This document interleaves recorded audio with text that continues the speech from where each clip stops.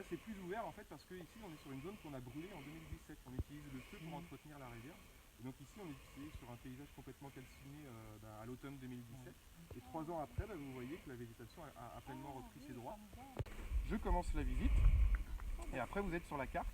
À chacun des panneaux, vous pouvez cliquer et observer justement une vidéo par exemple. Alors la réserve naturelle du Pinail, c'est une réserve naturelle nationale. Donc c'est un espace qui est protégé parce qu'on trouve une richesse en biodiversité, une richesse écologique vraiment très importante.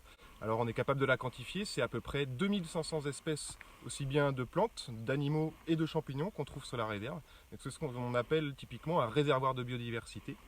Et donc cette réserve naturelle, elle a une histoire très particulière, elle est intimement liée à l'histoire de l'homme, puisqu'on est ici au Pinail sur une ancienne carrière d'extraction de la pierre meulière.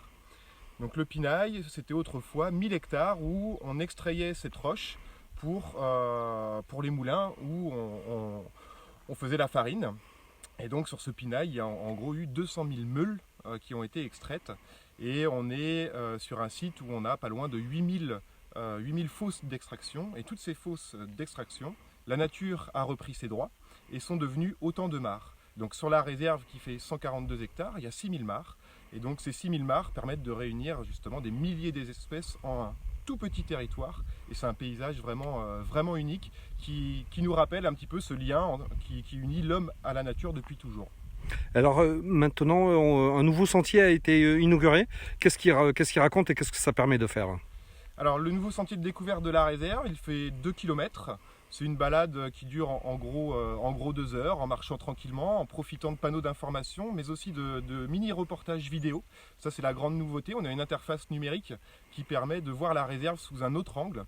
Un autre angle, ça peut être dans les airs en survolant les milliers de mares, ça peut être dans l'eau pour voir par exemple des écrevisses ou des tritons, des micro-organismes, etc.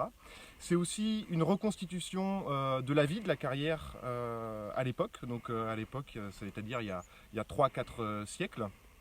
Et donc le numérique nous permet vraiment de sortir de notre enveloppe corporelle humaine pour pouvoir observer la biodiversité sous un autre angle.